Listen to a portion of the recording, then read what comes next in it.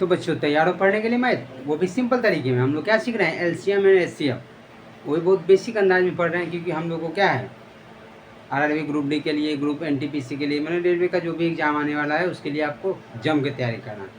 उसके हम लोग प्रीवियस क्वेश्चन का डिस्कशन कर रहे हैं गगन प्रताप सर की बुक से। और आपको ये भी बोलना चाहेंगे, इस गगन प्रताप सर का एक रेलवे स्पेशल जो है ना, जो रील है सर का, वो भी आप लोग देख लीजिए, क्योंकि उसमें भी वो को कंसेप्चुअल चीज़ बताते हैं जो लगभग 100 के आसपास अप्रोक्स मतलब करेंगे सर। तो उसको भी आपको देखना है, उससे आपको क्या है कंसेप्ट समझ में आएगा, बहुत चीज़ सीखने को मिलेगा। उसको भी देखिए, साथ साथ ये भी साथ साथ हम लोग बनाते चलते हैं, है ना। देखिए इसमें क्वेश्चन सिंपल सा है कि यदि ए और बी दो सअभाज्य संख्या, सअभाज्य संख्या मतलब क्या होता है, सअभाज्य मतलब जिन दो पेयर का HCF 1 हो, उसके लिए ये जरूरी नहीं है कि वो अभाज्य संख्या हो। अभाज्य से नहीं मतलब है, सअभाज्य मतलब वैसी दो संख्याएं जिसका HCF 1 हो।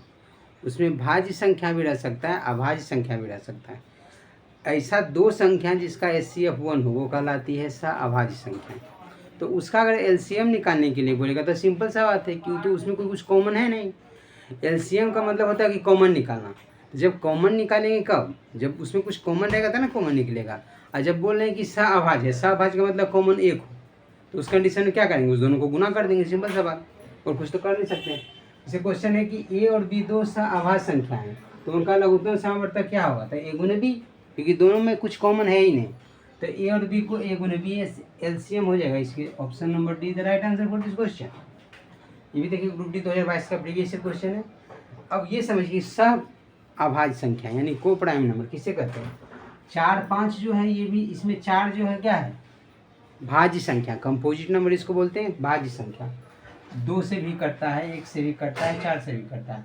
5 जो है अभाज्य संख्या है, लेकिन ये दोनों सअभाज्य संख्या कहलाए। क्योंकि इस दोनों का HCF 1 आएगा। जैसे 20 21 दोनों क्या है कंपोजिट नंबर यानी भाज्य संख्या। अब इस दोनों संख्याओं का HCF 1 ही है, यानी महत्तम सामवर्तक 1 है। 20 से 21 में जब भाग देंगे तो 1 से बचेगा, 1 से 20 में देंगे तो 20 बना करेगा, तो यानी 1 HCF है। तो वैसा पेयर जिसका HCF 1 हो, सअभाज्य उसे कहते हैं। सअभाज्य संख्या मतलब जिस पेयर का HCF 1 हो वो सअभाज्य कहलाती है। तो 20 21 ये जरूरी नहीं है कि वो अभाज्य संख्या हो, अभाज्य से कोई मतलब नहीं है, सिर्फ उस दोनों पेयर का HCF 1 होना चाहिए। तो 20 21 भी हो सकता है, 24 25 भी हो सकता है। इस तरह से कोई भी नंबर हो सकता है जिसका कि सअभाज्य यानी HCF 1 हो। उसमें भाज्य भी रहेगा, अभाज्य भी हो सकता है, नहीं भी हो सकता है। इस कंडीशन में ऑलवेज जो होगा इसका एलसीएम क्या होगा, इस दोनों का गुना, क्योंकि इस दोनों में कुछ कॉमन है ही नहीं, एक के अलावा कुछ कॉमन नहीं है। जब एक के अलावा कुछ कॉमन नहीं रहता तो हम लोग एलसीएम निकालने में सीधा गुना कर लेते हैं। तो इसका जब भी निकालेंगे सअभाज्य संख्या का एलसीएम तो दोनों को गुना कर लेंगे, सिंपल सा तरीका, बस ये याद रखना। देखिए क्वेश्चन है 60 नंबर है कि 2 का क्यूब गुने 3 का स्क्वायर गुने 5, 2 का स्क्वायर गुने 5 का स्क्वायर गुने 7 और 3 का क्यूब गुने 5 का स्क्वायर गुने 7 का स्क्वायर का लघुत्तम समावर्ती यानी एलसीएम क्या होगा।